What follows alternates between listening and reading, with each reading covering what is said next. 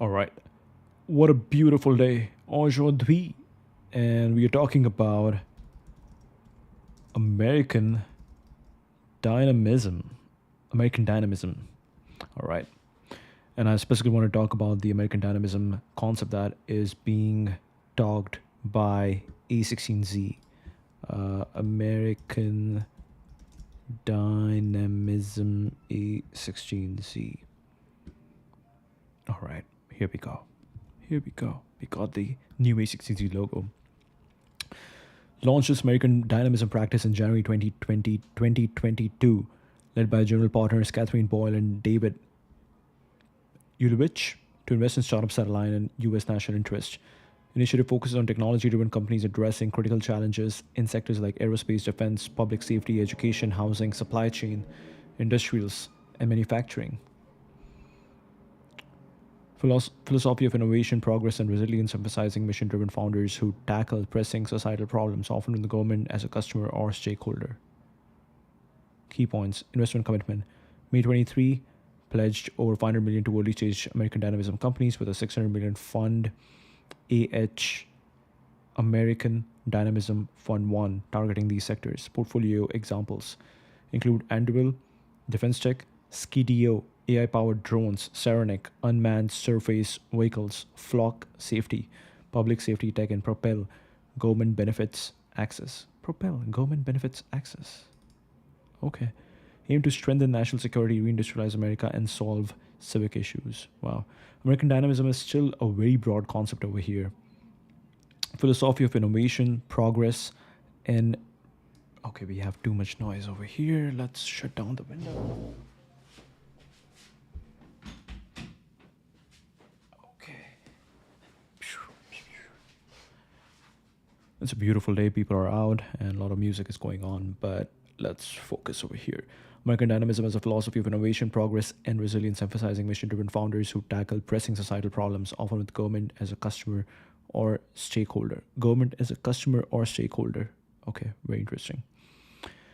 A16G argues that the tech sector, unlike stagnant government institutions, drives dynamism through innovation. They cite examples like SpaceX's space advancement, and Palantir's intelligence work as proof of private sector impact.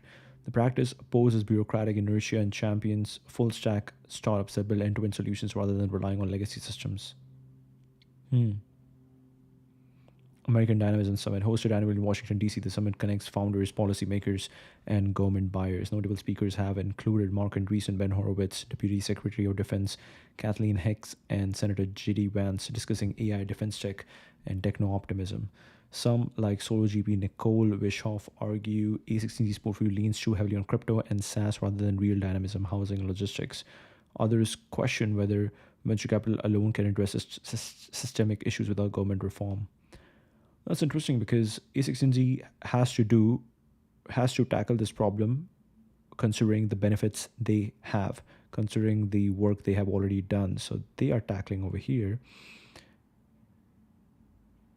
It's not their problem that nobody else is doing it.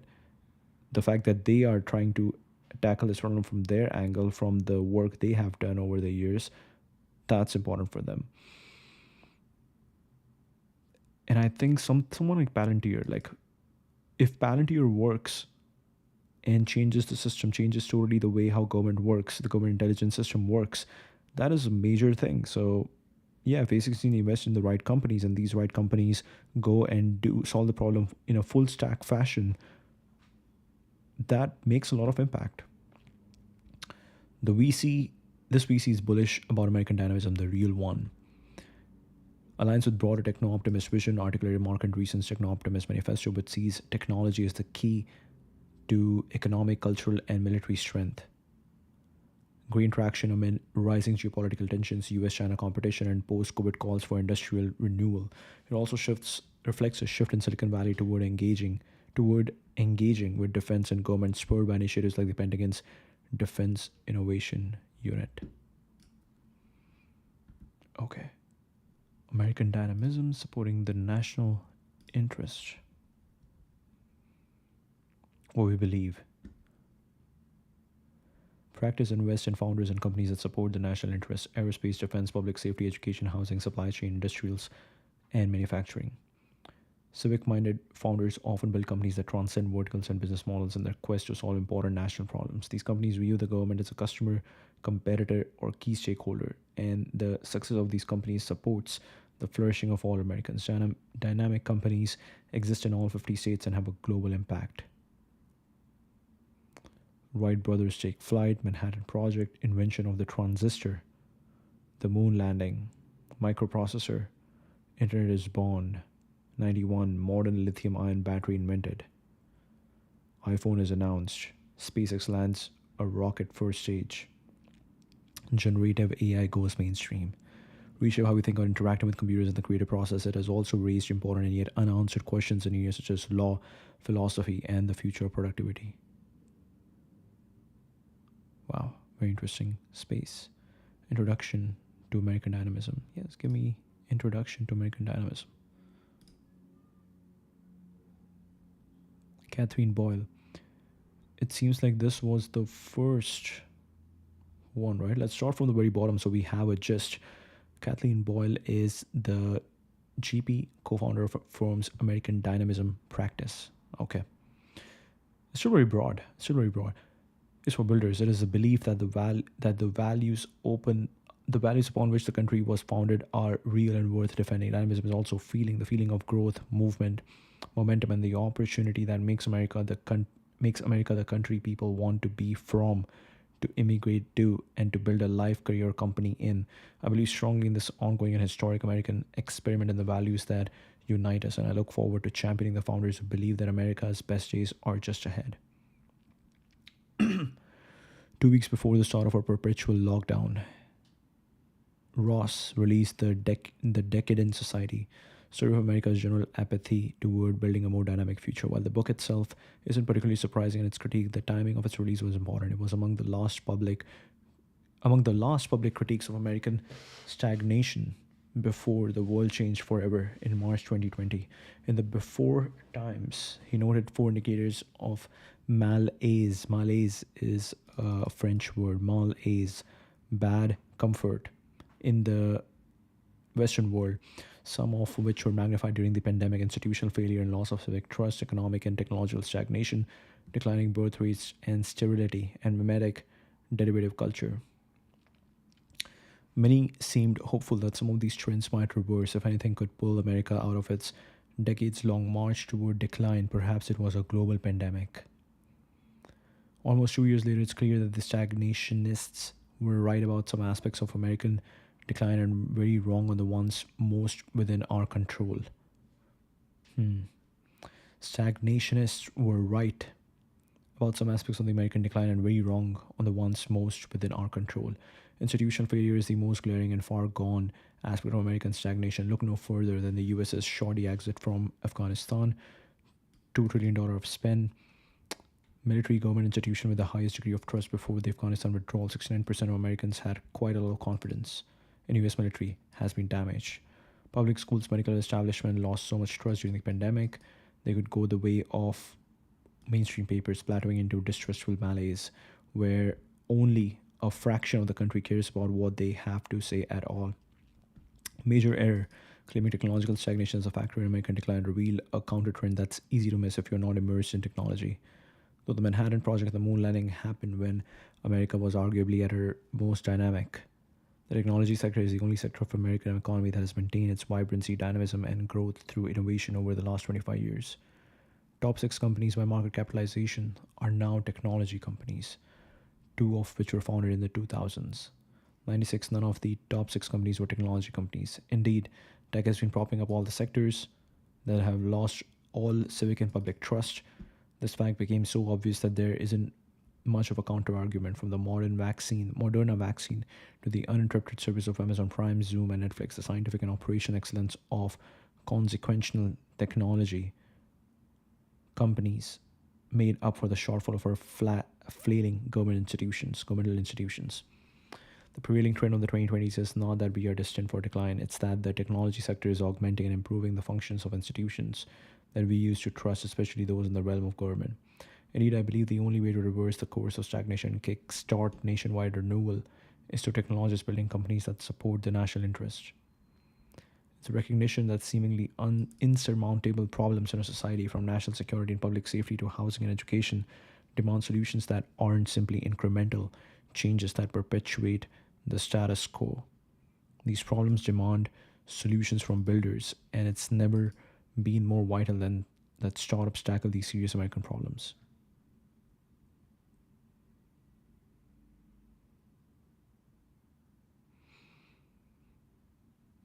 These examples prove that dynamism in America is not being spurred by policy in Washington, it's being driven by a growing group of technologies that are solving problems of immense national importance.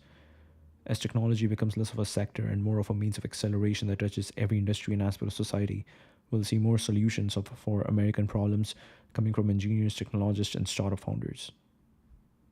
Washington and Silicon Valley are going to have to become friends. Are often being trenched in work and mission of governments such as in aerospace, intelligence, defense. These categories feature fast followers powered by software that depend on selling to government. In public safety, Citizen, Flock Safety, and Mark 43 are innovative competitors to the legacy incumbents, which have benefited from traditional government contracting models that don't prioritize innovation.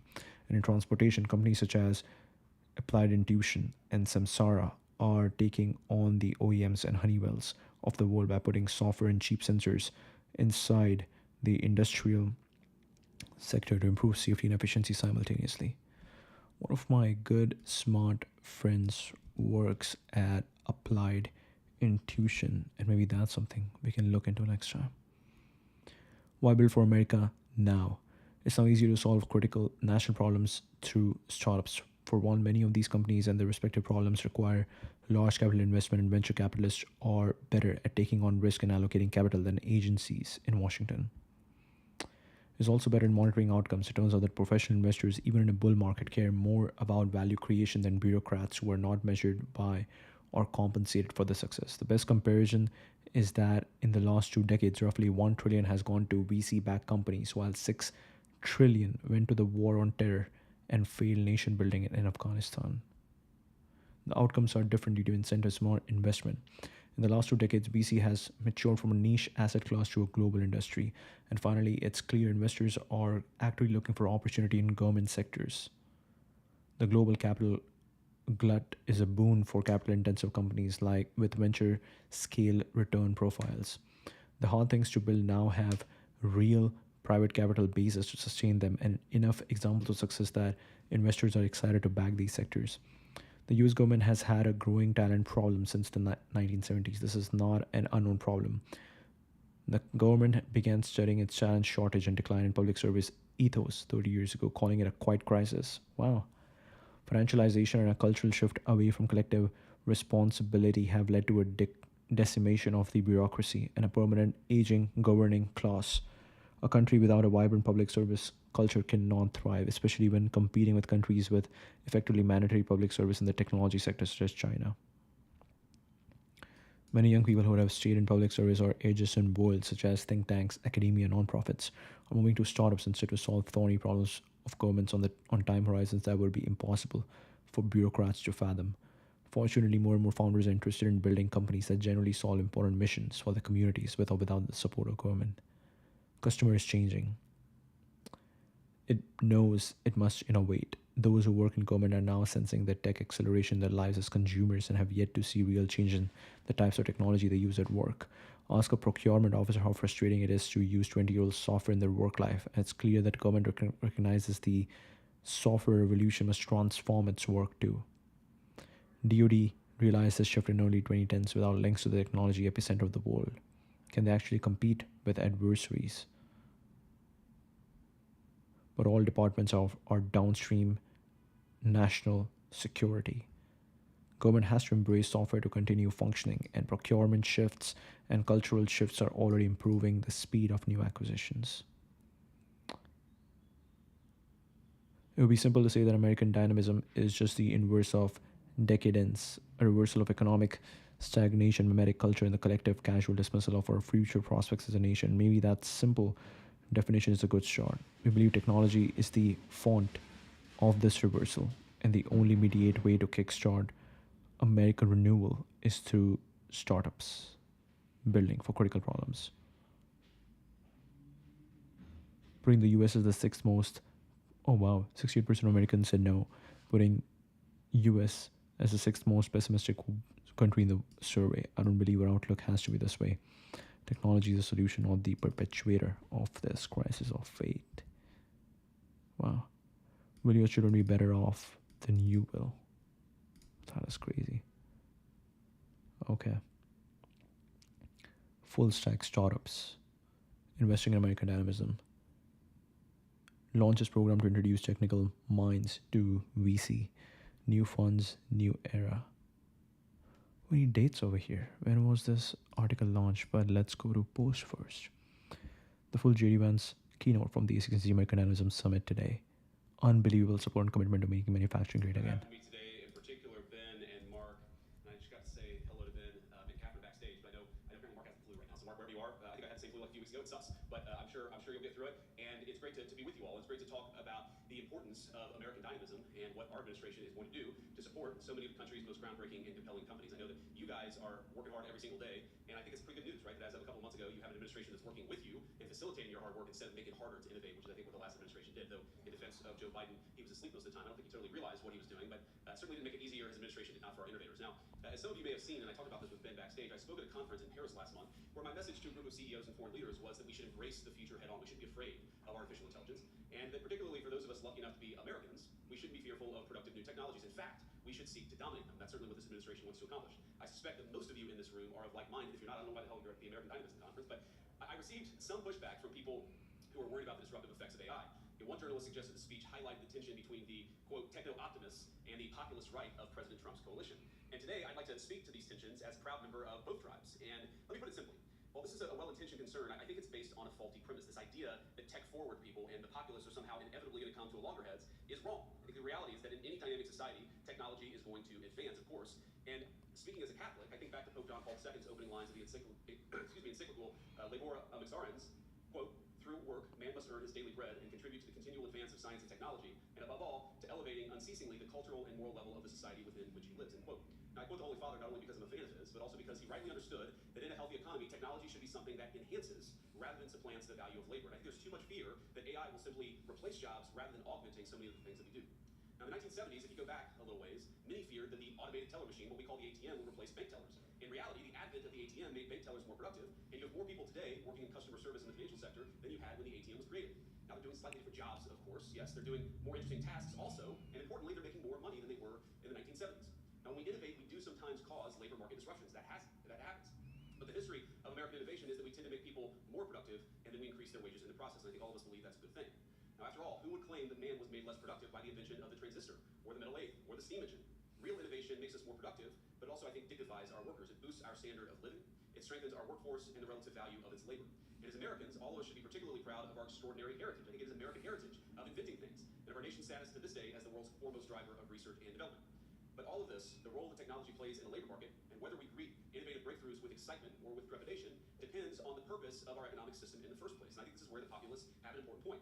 It should be no surprise that when we send so much of our industrial base to other countries, we stop making interesting new things right here at home. Look, for example, at shipbuilding. Now, if you go back to World War II, America constructed thousands of so-called Liberty ships to carry troops, cargo, and other things, building them at a pace of 3 ships every 2 days. 3 ships every 2 days. Now, we build about 5 commercial ships across an entire year in the United States of America. And as a result, the United States today accounts for 0.1%, 1/10 of 1% of global shipbuilding. China, on the other hand, now makes more commercial ships than the rest of the world combined. In fact, one of Beijing's state-owned firms built more commercial ships just last year than all of America has produced since the end of World War II. So, while we remain the leader in technology and innovation, I think there are troubling signs on the horizon. And I raise all this to ask, does this sound like a regime, I'm speaking of China, that will pass up on the opportunity to use AI or any other technology to advance their own interests and further undermine the interests of their rivals? I think the answer is obvious, and that's why in America we've got to be tech forward. Yes, there are concerns, yes, there are risks, but we have to be leaning into the AI future with optimism and hope, because I think real technological innovation is going to make our country stronger. So deindustrialization poses risks both to our national security and our workforce. It's important because it affects both. And the net result is dispossession for many in this country of any part of the productive process.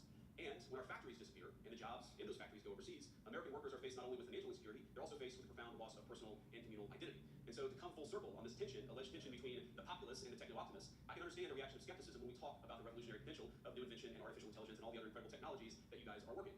But I think that tension is a little overstated. So I'm going to come back to what's sort of dividing some of the tech optimists and the populists on our side. I think the populists, when they look at the future and when they compare it to what's happened in the past, I think a lot of them see alienation of workers from their jobs, from their communities, from their sense of solidarity. You see the alienation of people from their sense of purpose. And importantly, they see a leadership class that believes welfare can replace a job and an application on a phone can replace a sense of purpose.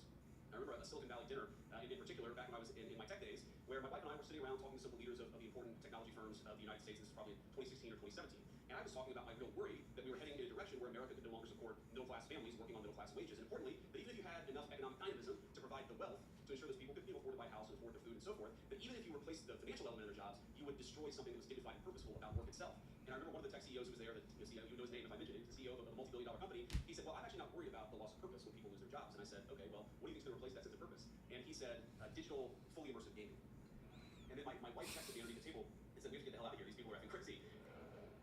Now, I don't think that, of course, that CEO's views are representative of most people in this room, but when I think about a lot of the workers, based on what they've seen in the past, are very worried about the future because, frankly, their leadership has failed to serve them.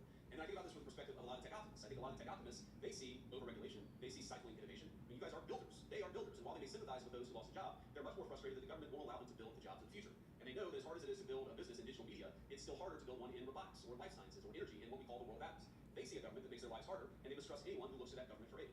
And what I propose is that each group, our workers, the populists on the one hand, the tech optimists on the other, have been failed by this government. Not just the government of the last administration, but the government in some ways of the last 40 years. Because there were two conceits that our leadership class had when it came to globalization. The first is assuming that we can separate the making of things from the design of things. The idea of globalization was that rich countries would move further up the value chain, while the poor countries made the simpler things. You would open an iPhone box and it would say designed in Cupertino, California. Now the implication, of course, is that it would be manufactured in Shenzhen or somewhere else. And yeah, some people might lose their jobs in manufacturing, but they could learn to design, or use a very popular phrase, learn to code. But we got it wrong. Turns out that the geographies that do the manufacturing get awfully good at the design of things. There are network effects, as you all well understand. The firms that design products work with firms that manufacture. They share intellectual property. They share best practices. And they even sometimes share critical employees. Now, we assume that other nations would always trail us in the value chain, but it turns out that as they got better at the low end of the value chain, they also started catching up on the higher end. We were squeezed from both ends. And that was the first conceit of globalization. I think the second is that cheap labor is fundamentally a crutch. And it's a crutch that inhibits innovation. I might even say that it's a drug that too many American firms got addicted to. Now, if you can make a product more cheaply, it's far too easy to do that rather than to innovate. And whether we were offshoring factories to cheap labor economies or importing cheap labor through our immigration system, cheap labor became the drug of Western economies. And I'd say that if you look in nearly every country from Canada to the UK that imported large amounts of cheap labor, you've seen productivity stagnate. I don't think that's not a total happenstance. I think that the connection is very direct.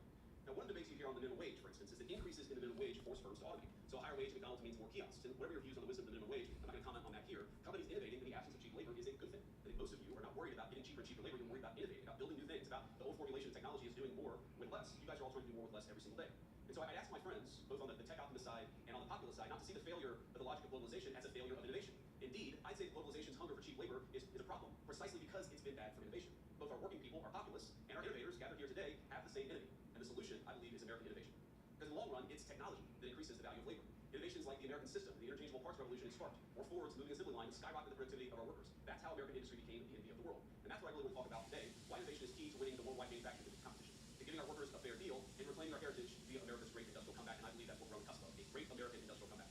But innovation is what increases wages. It's what protects our homelands. I know we have a lot of defense technology companies here. It's what saves troops' lives on the battlefield. And I know everyone here today largely agrees. It's why we have some of the greatest inventors and thinkers in energy, precision machining, countless critical high-value industries just in this room. And I think the other thing that unites all of you is that you're builders. And I use that word delivery. I was very moved by Marc's manifesto from a few years ago about America. We're a nation of builders. We make things. We create things. Each of you came to the summit, not because you developed some flash-in-the-pan application, but because you're building something very real. You're raising new factories. You're turning profits back into R&D, and you're creating new, good-paying jobs for your fellow Americans. And this is why I'm such a huge fan of yours, of Ben's and Marc's and of the entire government. Now, we recognize now in our administration is the time to align our work interests with those of all of you. It's time to align the interests of our technology firms with the interests of the United States of America at large. Now, all of you, in your own ways, have answered that call. After all, there's nothing forcing anyone to be in the room today. Each one of you could set up headquarters in Southeast Asia, China, I'm sure, and you would have done quite well for yourselves financially. But you're here, I hope, because you love your country. You love its people, the opportunities that it's given you, and you recognize that building things, our capacity to create new innovation in the economy, cannot be a race to the bottom. Now, America's not going to win the future by ditching child labor laws and paying our workers less than Chinese or Vietnamese laborers. We don't want that, and it's not on the table. We can only win by doing what we always did, protecting our workers and supporting our innovators and doing both of those things at the same time. And so, we're talking a little specifics here. The Trump administration's great plan for staging the great American manufacturing comeback is simple. You're making interesting new things here in America? Great. We're going to cut your taxes, we're going to slash regulations, we're going to reduce the cost of energy so that you can build. Our goal is to incentivize investment in our own borders, in our own businesses, our own workers, and our own innovation. We don't want people seeking cheap labor, we want them investing and building right here in the United States of America. And so if you allow it, I'd like to talk about a few ways that the Trump administration is already pursuing a pro-innovation economy that allows our workers to thrive and our companies to outcompete their foreign peers. In short, an economy that is vibrantly America first, that serves Americans from all walks of life and of every kind. Now first, President Trump is starting with, and is dead serious, about rearranging our trade and tariff regime internationally. We believe that tariffs are necessary to protect our jobs and industries from our as well as the value of our workers and life. In fact, combined with the right technology, they allow us to bring jobs back to the United States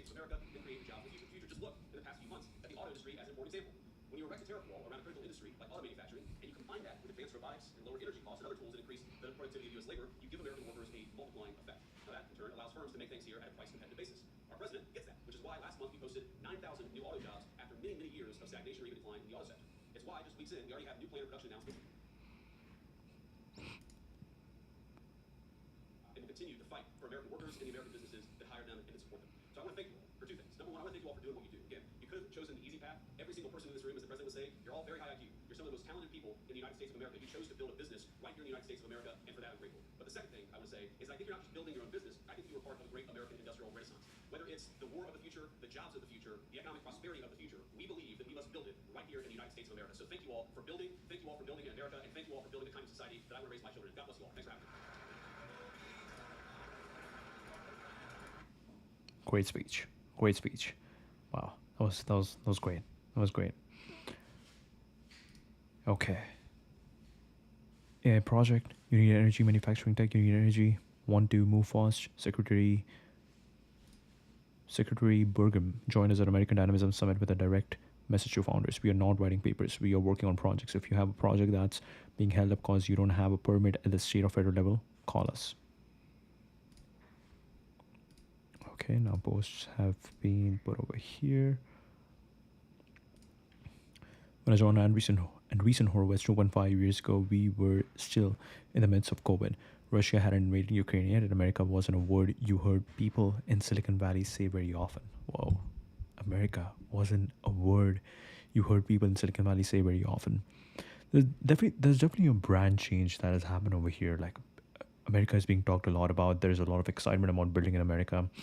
America seems more united. There's a lot of conversation around that. Yes, we will make sure that we build over here. We'll make sure that we will help the builders to build faster.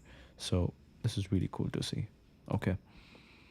We launched American Dynamism and committed to funding companies building for the national interest. I don't think we could have predicted the extraordinary events that followed, but founders and engineers heeded the call to build for America. Today, we are extremely proud to announce American Dynamism Fund 1, $600 million early stage venture fund and dedicated to seed and Series A companies. No company is too small or too early for our team. We back companies at inception.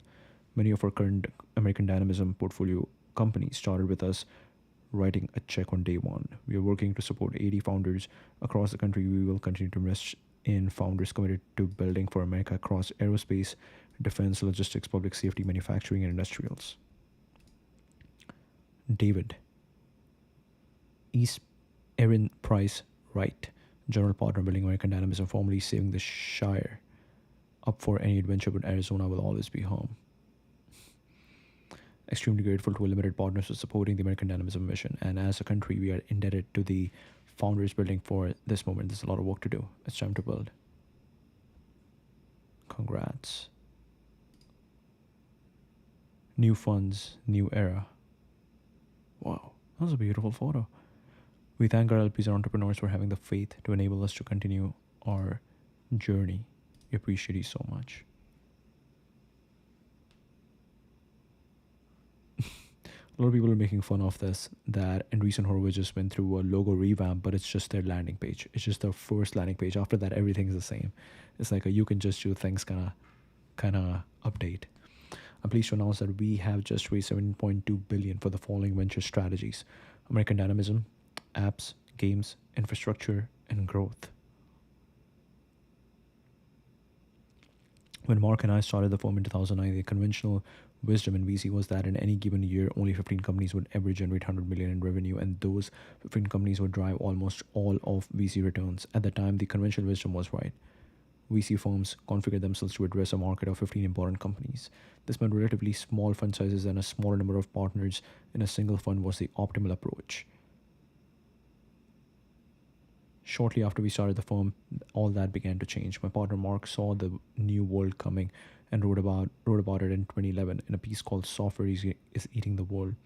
What he predicted then came true. In the past 10 years, nearly every significant business that has been reimagined as a software company, and the market for these companies has, as a result, increased dramatically.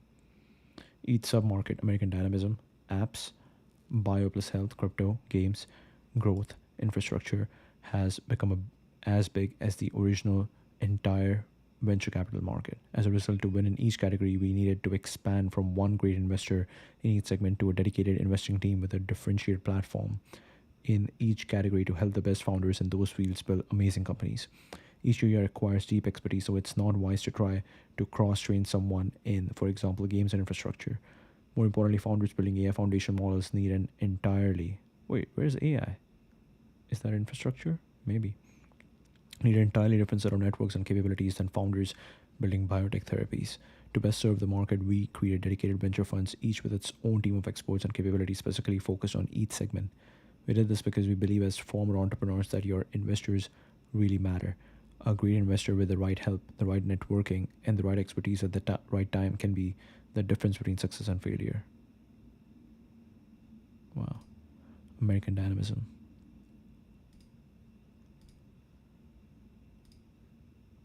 We'll go back over here and we'll look into this one. Content. The American Dynamism 50 Fight for the Future. That's the Fury, I think. Oh wow, company shipping the fight of the future. Saronic, maybe. What else?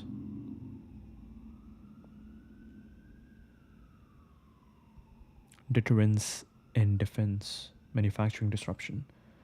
Asia dominates global manufacturing with Taiwan at the forefront of cutting-edge semiconductor production. A Chinese invasion could cripple supply chains, disrupting everything from consumer tech to defense. In response, US companies are scaling domestic manufacturing. Hadrian's automated precision machining could accelerate production. Hadrian. Okay. We'll look into Hadrian later on. Hadrian manufacturing.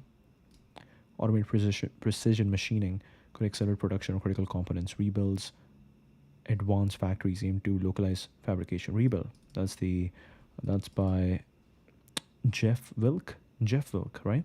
Maybe. But ex-Amazon executive. Galvanics cybersecurity platform strengthens industrial resilience, while Solgen's bio-based chemicals help reshore essential inputs. Supply chain instability. The Taiwan Strait is a major shipping artery. Conflict there could snarl global trade, causing delays and price volatility. Tech could help keep supply chains moving. Saronic's autonomous vessels could establish new shipping routes and track maritime traffic. If traditional communications go down, satellite networks from SpaceX, Astranis, and others would keep logistics and supply chains connected. And if key shipping lanes are blocked, Umbra's SAR satellites could map alternative routes, assess risk, and help reroute cargo. Energy security. All right, and now we got all the companies. So we got Aleria, securing communication in contested environments with advanced multi-domain mesh networks. Airspace intelligence. Data will decide the balance of power. Anduril. Test trade dominant, closing the gap with China. China is running so many tests of hypersonic weapons. In the US, all these tests are very expensive. Anduril. Okay. Apex, Applied Intuition. CTO, US Department of the Navy. Oh, Justin, finale. Recent conflicts have taught us that this is an exponential progression, and for that reason. Astranis. Ian Brook, Astromechanica. I think the story of aviation and actually aerospace more broadly, it always starts in defense. Story of aviation, aerospace broadly. Base power. Base power is also really cool. Unsecure networks turn phones into targets. Wow. We learn commercial cellular will be part of every battlefield going on. Wow. Epirus. We look into Epirus. Galvanic. Hadrian. In the current state of the world, if we met into a conflict with China over Taiwan, we would blow up all our missile inventory in something like 8 days, and then it would take 3 years to repatriate that inventory. Basically, we would be at an industrial standstill, whereas China will just keep being able to produce drones and missiles and ships to repatriate whatever hardware they are putting in the Pacific theater. So yeah, without a massively strengthened industrial base that is automated, there's basically no way that we have got enough stuff to throw at the other side of this equation to even survive past the first 2 weeks of a hot conflict. Wow, this is so interesting.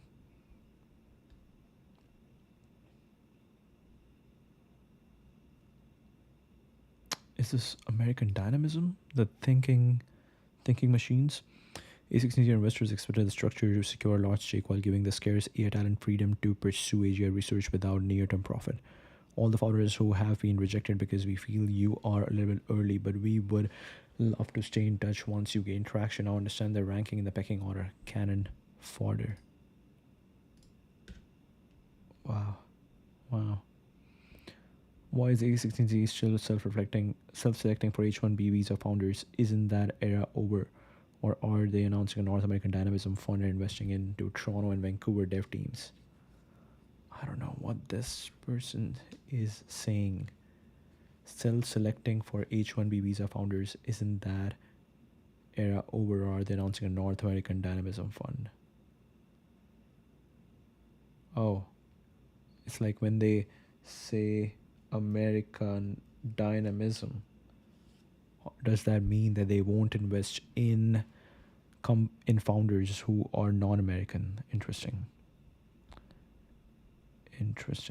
The American Dynamism: affordable childcare, reusable rockets, unsnarled supply chain, sustainable farming, accessible housing. Yeah, this is interesting. So do we have anything for housing and childcare? Wonder School. I read Wonder School. Okay. Thrilled to announce A16Z starter program we've been running to partner with exceptional people at the earliest stages of company formation. In some cases, even pre-idea, we invest up to 1 million. General partner, previously firm-wide strategy at Goldman Sachs, founder CEO on Bond Street, and VC Spark Capital, Harvard Biochem. Interesting. Okay. Tell me about A16Z, American Dynamism portfolio company working. Tell me about A16Z, American Dynamism portfolio company working on housing.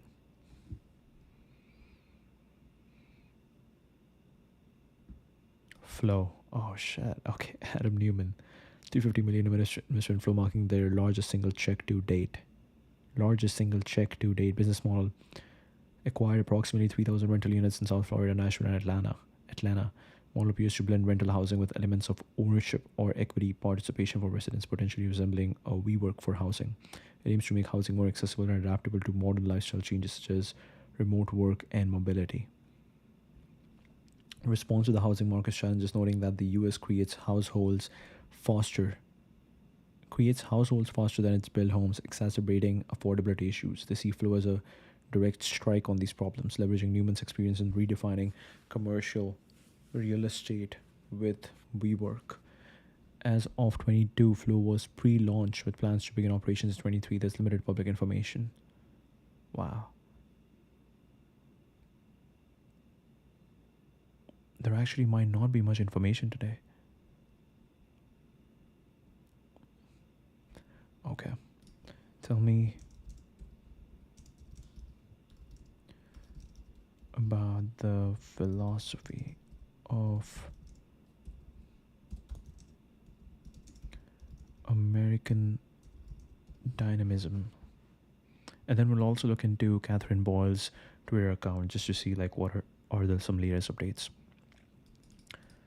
Techno-optimist vision that champions innovation, entrepreneurship, and technological progress as the driving forces behind Americans' economic, cultural, and national strength. Technology as the engine of progress. Driven by private sector innovation is the primary mechanism for overcoming stagnation and solving complex problems. Rejects the idea that government alone can address systemic issues, arguing that bureaucratic inertia often hinders progress. Instead, startups and entrepreneurs are seen as agile, effective agents of change. Mission-driven entrepreneurship. Founders who tackle hard problems with a sense of purpose, often aligning their work with national interests. These entrepreneurs build full stack companies, end to end solutions that bypass legacy systems rather than incremental SaaS tools. Rebuilding industrial capacity, securing supply chain, addressing housing shortages, reinvigoration of American strength, innovation to national vitality, emphasizing America's historical role as a beacon of progress. It seeks to counter economic decline, geopolitical challenges, competition with China, and cultural pessimism by fostering industries that strengthen the nation's infrastructure, defense, and economy. A16Z frames this as a return to building, as a cultural and economic ethos inspired by historical feats like the Apollo program or the internet's creation. Partnership with government embraces collaboration with public institutions. Startups in this space often serve government customers or address civic needs like housing and education. The philosophy advocates for modernizing government through technology as seen in companies like Propel, which streamlines access to government benefits. Rejects narratives or decline or caution around technology, views progress as inherently good, arguing that innovation drives abundance, opportunity, and resilience. It critiques degrowth ideologies and regulatory overreach that stifle innovation, advocating for a culture that rewards risk taking and ambition. America's legacy of bold innovation in the Industrial Revolution, Manhattan Project, Silicon Valley's rise, it positions today's tech entrepreneurs as heirs to this tradition. Emerged amid concerns about US competitiveness, particularly against China's technological and industrial advances, highlights the need to rebuild supply chain and secure critical infrastructure and maintain military superiority through tech. Philosophy responds to perceived economic and cultural stagnation, citing slow productivity growth, housing shortages, and outdated infrastructure. Broader movements like supply side progressivism and the abundance agenda, which seek to accelerate building and innovation. So, based on the query that we made, it doesn't seem like they are doing anything credible in housing shortages. They gave money to Adam Newman. There is no update from Flow, and they wrote him like a check of 350 million. So we don't know if they are actually solving the problem over there. US faces existential challenges that require a new generation of tech companies to address.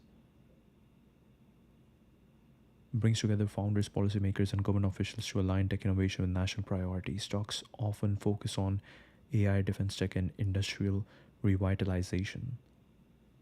A16G's portfolio reflects this philosophy with investments in companies like Anduril, Skidio, Flow, Flock Safety. If Flow is the only investment they have made, that seems bad.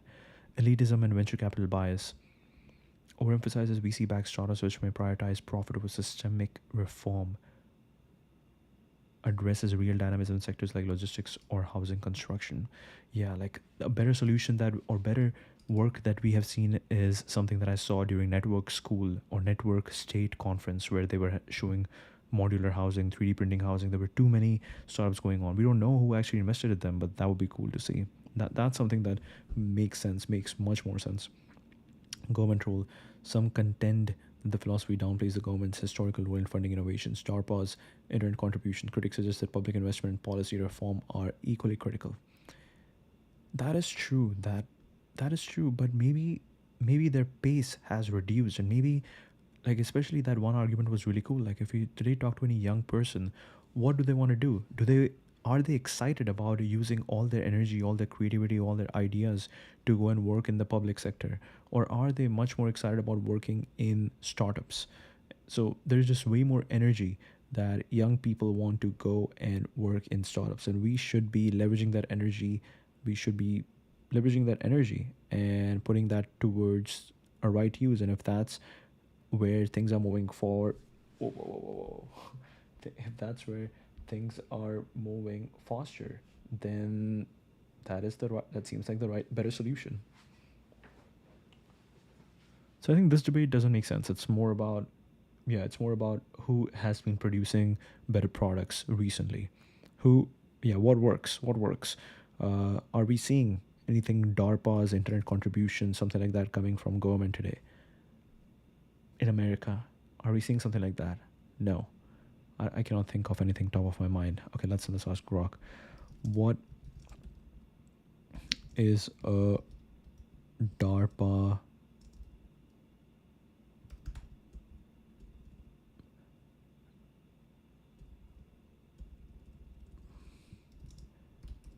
has government of USA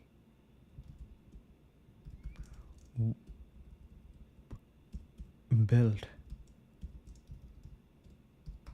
something as consequential as the internet recently?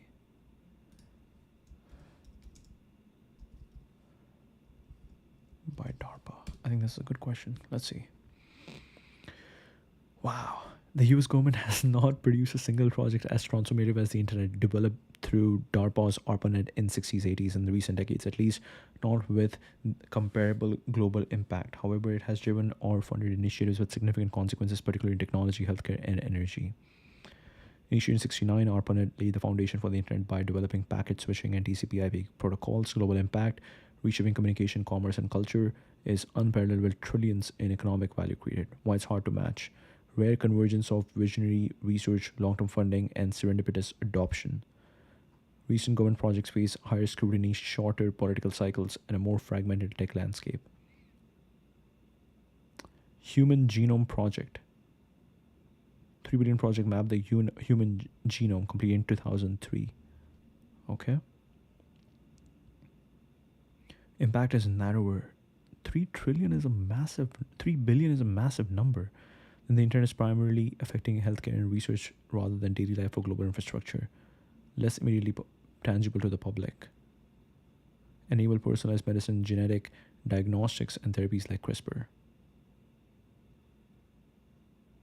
Okay. Operation Warp Speed. Okay. Department of Health and Health Services investing 10 to 18 billion to accelerate COVID-19 vaccine development and distribution. We don't know much about this. Okay. Specific to a single crisis, long-term impact depends on mRNA's broader adoption and create new platform infrastructure. GPS modernization. Okay, that is big. Fully operational by 95. Continuously upgraded with new satellites and civilian applications. Its foundational work predates the recent time frame. That makes sense. It's, again, not recent. Clean energy initiatives. Solar wind battery storage.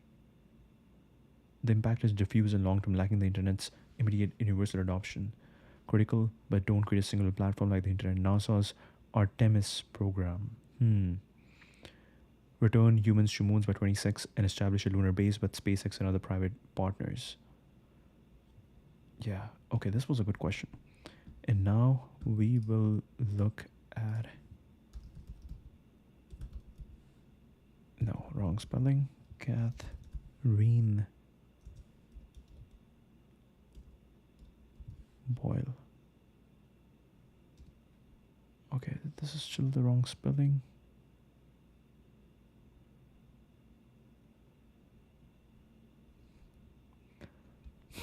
Does Catherine Boyle realize American Dynamism runs on Adderall? Okay, good. Interesting point. Not good point. Interesting point. Catherine. Okay, we were missing the E. Okay, perfect. Florida. Oh, wow. She is based in Florida. That is very interesting. American Dynamism. I believe this nation should salute them.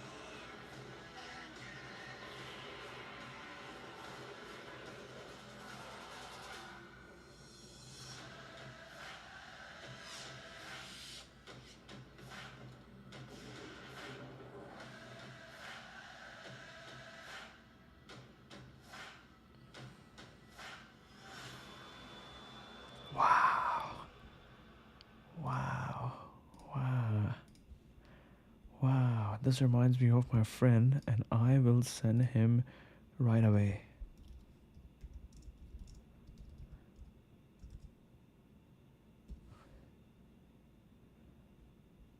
Wow. Wow. That was a beautiful video. 1 million. That is crazy. Thanks for letting us create this for the Summit and Greater Movement. Look at this. Look at this. The B2 bomber, the Lockheed Martin B2 bomber, flying over a stadium. This is a crazy photo. I don't know. This definitely doesn't look real, but this is also really cool. Wow. Wow. Absolutely perfect. Beautiful. Wow. Really cool. Really cool. Okay. Studio behind Cocomelon acquired in 3 billion deal. Existing executives by Moonbug Entertainment company supplies children programming on YouTube. A lot of people without kids have heard of Cocomelon, but yes, I've heard of Cocomelon. Yes, yes. But most haven't heard about Blippi, a guy who dresses up in orange suspenders and sort of acts like a big kid while explaining how grocery stores and soccer and fire trucks work. There's an episode where Blippi goes on a plane and it takes place on a private jet. Anyway, I realized about halfway through that it's his private jet. Every time my mother comes in the room and sees Blippi on, she sighs and says, "See, Katie, all it takes is one great idea." Wow. Wow. Wow. Very interesting. Very interesting. 9 hours ago. The people who are good at posting have an extremely rich inner monologue. Most people don't, and that's okay. But if you don't have one and you see how much some people post, you think people are spending a ton of time thinking of things to say when really it's just a fleeting moment in their mind. That's a good one.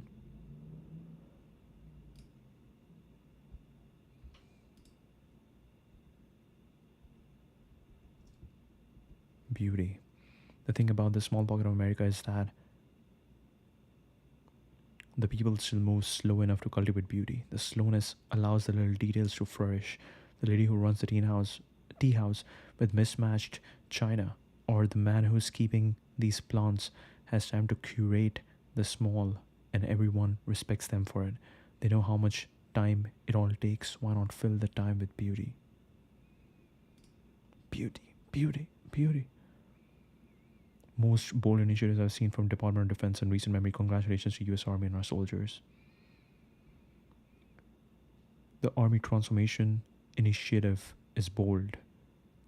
We are divesting the outdated equipment to invest in lethal, next-gen warfighting tech like drones, weapon systems, tactical vehicles, and comms fast, not decades from now.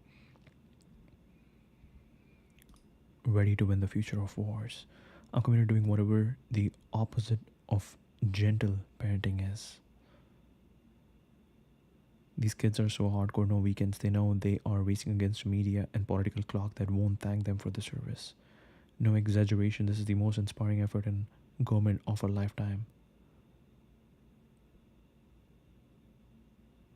Most of campus hates me now. But I think fundamentally, I hope people realize through conversations like this that reform is genuinely needed. And if there's one, I think this is important to say, if there's one group of people who really have a shot of success, it's the people here. You know, they're up until 2 a.m. Monday through Sunday. Those should not recognize meetings. We're working all the time. What inspired you to drop out of Harvard to do this? You know, there's a lot of reform that's needed. I think the value of this and the impact here is so much more vast than anything you could learn in a classroom doing computer science. And you guys are sleeping here, I'm hearing. You guys are up all night. You have this meeting at 10 o'clock every Wednesday? We'll probably go back to work right after this. Yeah. You're going back to work after this? Yes. Right. It's almost 11 o'clock. So that's early. That's early. It's early? Can I go to bed? That's an incredible work ethic. You guys should be really, really proud of yourself. These kids are so hardcore, no weekends. They know they are racing against a media and political clock that won't thank them for the service. Wow. This is so interesting. Once you know that someone who is really credible is in power, you stop respecting them because you just expect that things will happen. You just expect that good things will happen. The new the Doge teams shows the sheer volume paperwork that government employees shuffle around the underground mines where they store all the retirement paperwork. This paperwork is thicker than the Lord of the Rings trilogy. If I had to process this, I would rather do my taxes in the dark. This can take up to 6 months to process one person. The record is a whole pallet for one retiree that has 27 boxes of paper on it for one guy. 27 boxes of paper on it for one guy. We shouldn't have over 1,000 people carrying paper into a mine. That is not a good use of people's lives. Wow, wow, wow. That is time. That is time. That is time people are spending. The chances of the next pope having an affiliation with A16Z are non-zero. I've always said we are Catholic firm, big tent, and built for scale.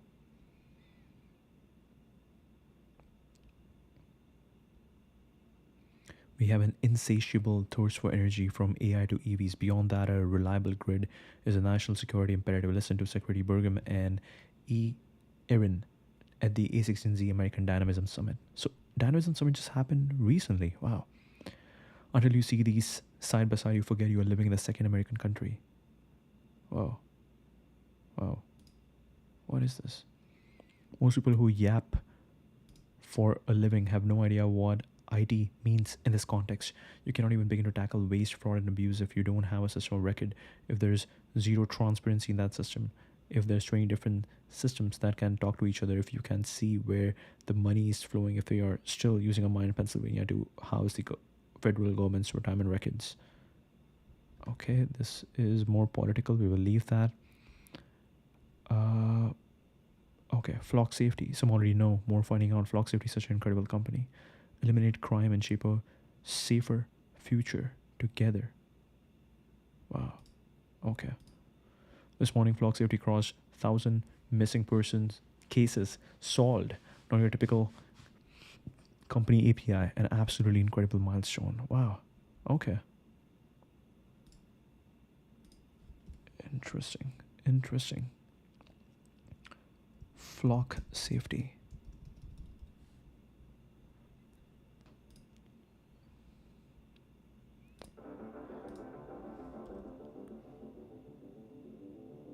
Oh yeah. Oh, what was this one called?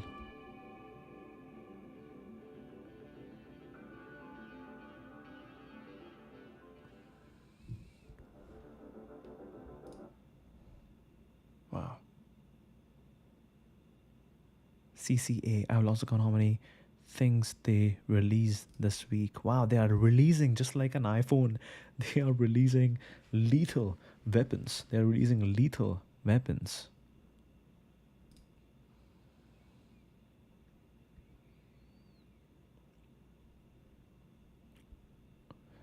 The strong form versus the weak form. The strong form of the argument, action, or aesthetic is almost always better than the weak form. Yet for decades we have been told the opposite is true. The strong form of the argument has no but, or others say the strong form of the action has no hedge. It's all in or nothing. The strong form of the aesthetic isn't derivative. It's wholly authentic and original. We so rarely see the strong form in any aspect of life. If you work for a big company, the CEO will often give a speech or write an email that's been edited by HR and legal departments that specialize in the weak form of language. In a litigious society where anyone can bring a case against anyone, language is always diluted to the weakest form to prevent litigious action. The permanent managerial class specializes in the weak form of action and language. Everything has a built-in hedge. Everything basks in nuance. Some say, while others say, is a balanced way to write a narrative. The strong form doesn't exist for much of the managerial world. The strong form of language, aesthetic, and leadership is so rare. It's jarring to see the counter, to see someone act without a hedge, to see someone say without a but, to see someone go all in without caveats.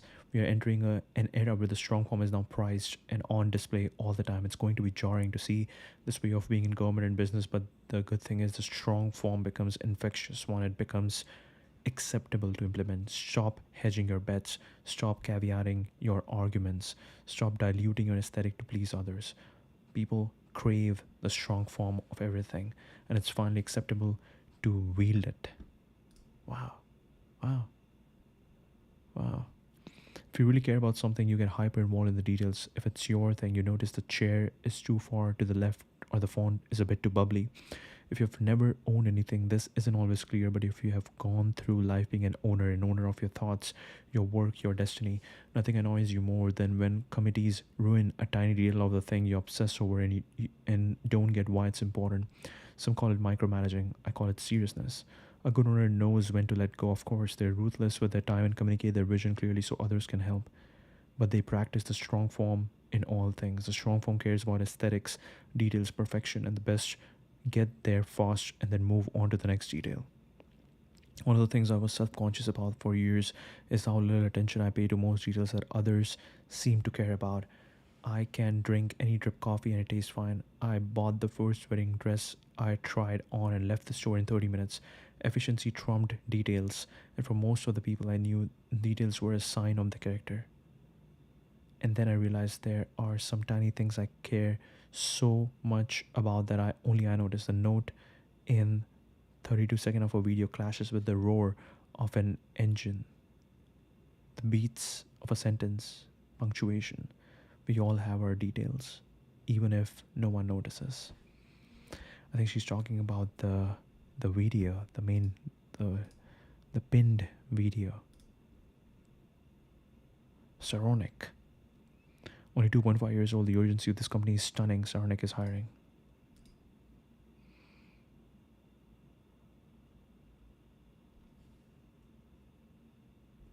Wow, the doors are open at our newly renovated Galveston, Texas facility. The updated space will continue to support the rapid iteration testing of a growing family of ASVs on open water, ensuring each vessel is highly capable, reliable, and mission ready. It was great celebrating this milestone with team members from across our TX operations.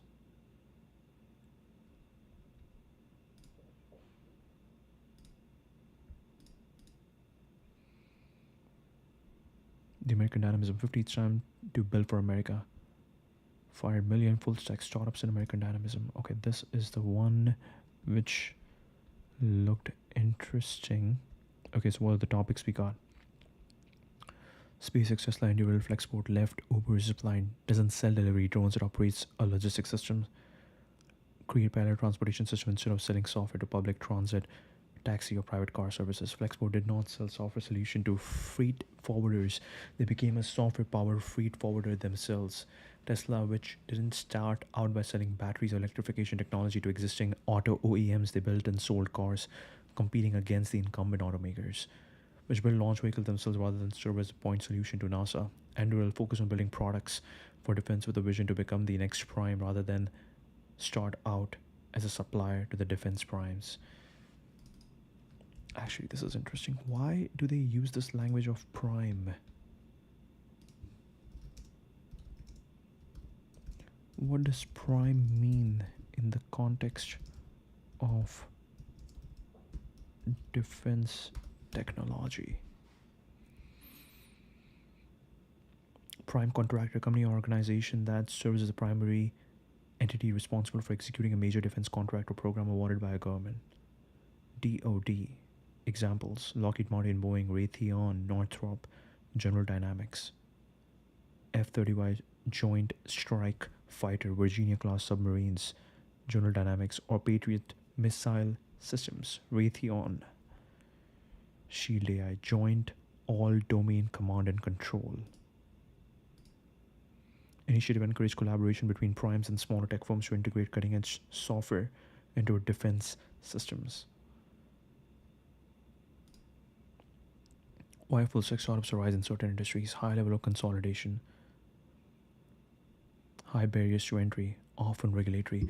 An example is higher education. While revenues from post-secondary institutions in the United States were 695, the players that are able to meaningfully participate in this higher education market are accredited Title IV eligible institutions. Most startups that try to serve this market are therefore only participating in a smaller sliver, such as college ID budgets or consumer educational spending. Similar dynamics exist in markets like transportation and housing. High levels of fragmentation across the value chain. How full stack startups create startup ecosystems, increasing competition and technology adoption, serving as infrastructure, creating talent vortexes. Some of the full stack startups discussed have created talent vortexes, and many alumni of these companies go on to build more technology first companies in these categories. Full stack startups often have the effect of developing talent that is familiar with the nuances and technicalities of the industry, but also well versed in the Silicon Valley way of company building and not necessarily stuck in the ways of the industry incumbents. Prominent examples include a number of like energy and transportation startups founded by former Tesla employees, the startups in commercial space and adjacent verticals, founded by former SpaceX employees, or the numerous companies founded by former employees of Palantir.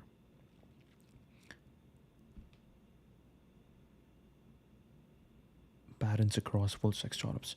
Processes and operations are as important as product. Companies are often capital intensive. It's common that processes and operations become just as important as product in these companies, unlike with a vendor approach. Full stack startups often have to develop many more operational components of the business around their core technology advantage. Instead of selling some core product to incumbents, the full stack startup effectively must build their own customer. The core technology looks more like an internal tool or platform that the business is built around. Consider, for example, a factory leveraging some level of automation for certain manufacturing processes.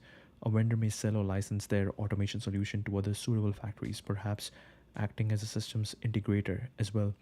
A full stack startup will instead develop all the other components of the factory as well, effectively becoming their own customer and taking advantage of the technology leverage the solution provides. Companies become multi product businesses, opportunities, construction, cover. Yes, cover. I've heard of cover. Residential construction as an industry sees both high levels of fragmentation and barriers to entry. Cover is a full stack residential construction company that owns both the end customer relationship and the production capacity, starting with accessory dwelling units. Mosaic for general contracting, companies like Agoras, Assembly OSM, and Diamond Age, tackling different dimensions of automated residential construction. Cul-de-sac, urban development by building neighborhoods from the ground up. Education, MOOCs, campus, taking full stack approach to 2 year colleges by building a national online community college from the ground up. Freight and transportation systems, Fleet Zero parallel system, long term plan to build their own ships. Whoa. Electrifying freighters. These companies represent a starting point for full stack startups to build, develop in freight industry, semiconductor fabrication, utilities. Why full stack startups are rare. First, second, finally. They are simply hard businesses to build. They often require founders and teams to develop and exercise a variety of different competencies and perform them all well. Cannot be only one core competency. By extension, there are simply more pieces of the business that need to be built before reaching product market fit. Teams that can successfully execute on these visions are rare. Second, the capital needs for many of these full stack startups are comparatively greater than peer companies. These companies often take a longer time to reach an inflection point as a business, after which they will likely have more business traction from which they can aggregate the capital needed. Finally, many people will root for the entrepreneur building a full stack startup to fail, reacting with skepticism and rooting against these companies. Many will look at a serious attempt to introduce ambitious technologies to important industries and dismiss it as Silicon Valley hubris. Especially if these attempts are led by entrepreneurs who are industry outsiders. They will ask cynically whether these founders seriously think they can change an industry by building a venture-backed technology startup that differs from incumbents. Wow. Very interesting. Full stack startups. These are some really good examples. They are already working with all of them. Quotes from Marc and Andreessen. So it seems like Ben Horowitz is the operator, Marc Andreessen is more like the philosopher, and Marc Andreessen gives the vision. Ben Horowitz then goes and does the operation. So if you're looking for knowledge, philosophy, then you go to Marc Andreessen. If you're looking for operational work, then you go to Ben Horowitz. Quotes from Marc Andreessen on American Dynamism.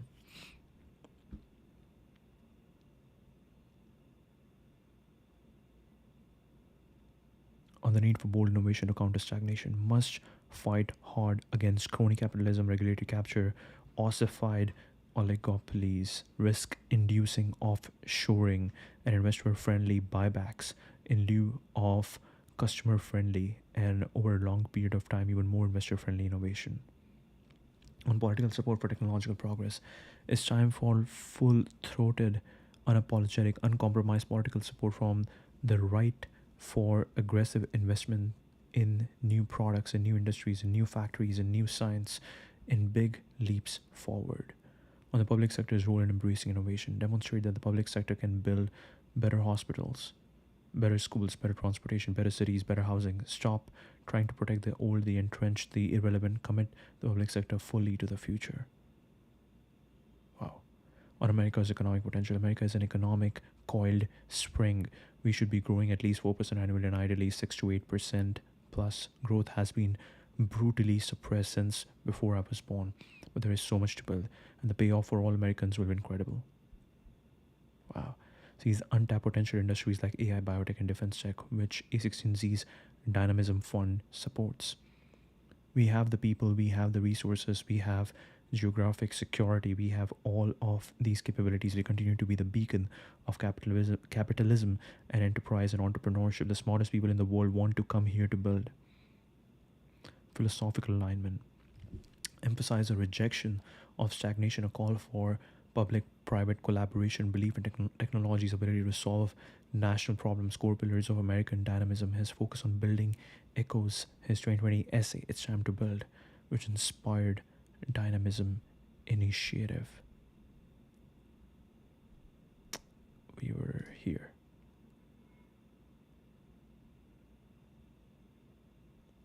Tattoo this to your brain.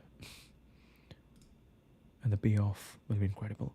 The world is a malleable place. If you know what you want and you go for it with maximum energy and passion, the world will often reconfigure itself around you much more quickly and easily than you would think. We have the people, we have the resources, we have geographic security, we have all these capabilities. We continue to be the beacon of capitalism and enterprise and entrepreneurship.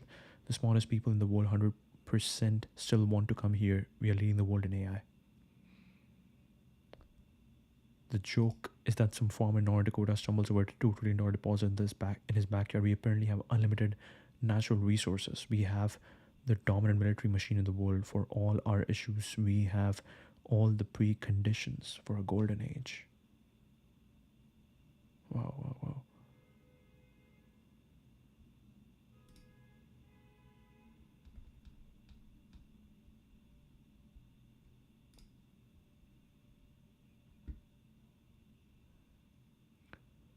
The world is a malleable place. Innovation forward culture may feel like a huge acceleration today, but it's actually a return to the moral norm of Americans being and feeling comfortable, competent, and confident, taking charge of their tools and tool making. This is Lex Friedman. Best possible future. We believe in the romance of technology. We are the masters of technology. We are not victims. We are conquerors. A technologically strong America is a force for good, and in a dangerous world, we believe in greatness. In a terrible market, you can have the best product in the world and an absolutely killer team, and it doesn't matter, you're going to fail. Oh.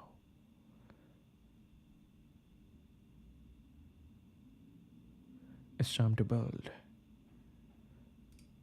Every step of the way, to everyone around us, we should be asking the question, what are you building? What are you building directly, or helping other people to build, or teaching other people to build, or taking care of people who are building? If the work you are doing isn't either leading to something being built or taking care of people directly, we have failed you. And we need to get you in a position, an occupation, a career where you can contribute to building. There are always outstanding people in even the most broken systems. We need to get all the talent we can on the biggest problems we have and on building the answers to those problems. This is cool. This is cool. This is very interesting. What are you building? What are you building directly, or helping other people to build, or teaching other people to build, or taking care of people who are building? What are you building? Helping other people to build, teaching other people to build, or taking care of people who are building. Wow. America adds $1 trillion in debt every 100 days and accelerating. Without change, we risk hyperinflation spiral like Argentina. Despite global turmoil, the US economy just keeps growing. Nations like Canada, Germany, and the UK have flatlined or declined. America is primed for explosive growth due to unique advantages. Geography, natural resources, and energy independence are unfair advantages. The entrepreneurial spirit in the US is unmatched. Our edge, centuries of ambitious immigrants building here. The key to revival, saying it's time to build. Marc compares today's stagnation to the 70s malaise, but says we are about to roar back. Reagan's optimism sparked a boom. He sees similar potential now. Decline is a choice, and Americans are tired of choosing it. America's strength is its passion, spirit, and resilience. Individualism fueled the second industrial revolution and still powers us. The problem isn't tech or capitalism, it's soft authoritarianism. Endless regulation, bureaucracy is crushing innovation, censorship, debanking, and moral policing are choking business. Wokeism is fading, even Hollywood feels the shift. A new wave of comedy, creativity, and risk taking is returning. Identity politics, ancestor worship. Wow. Environmentalism, nature worship. Marc draws a wild comparison between modern progressivism and ancient cult religions. He says tradition is evolutionary learning, but full traditionalism can block progress. Real progress blends wisdom from the past with courage to move forward. He sees America entering a new roaring 20s of a season. Silicon Valley's energy is back. Optimism is contagious. The future belongs to those who dare to build.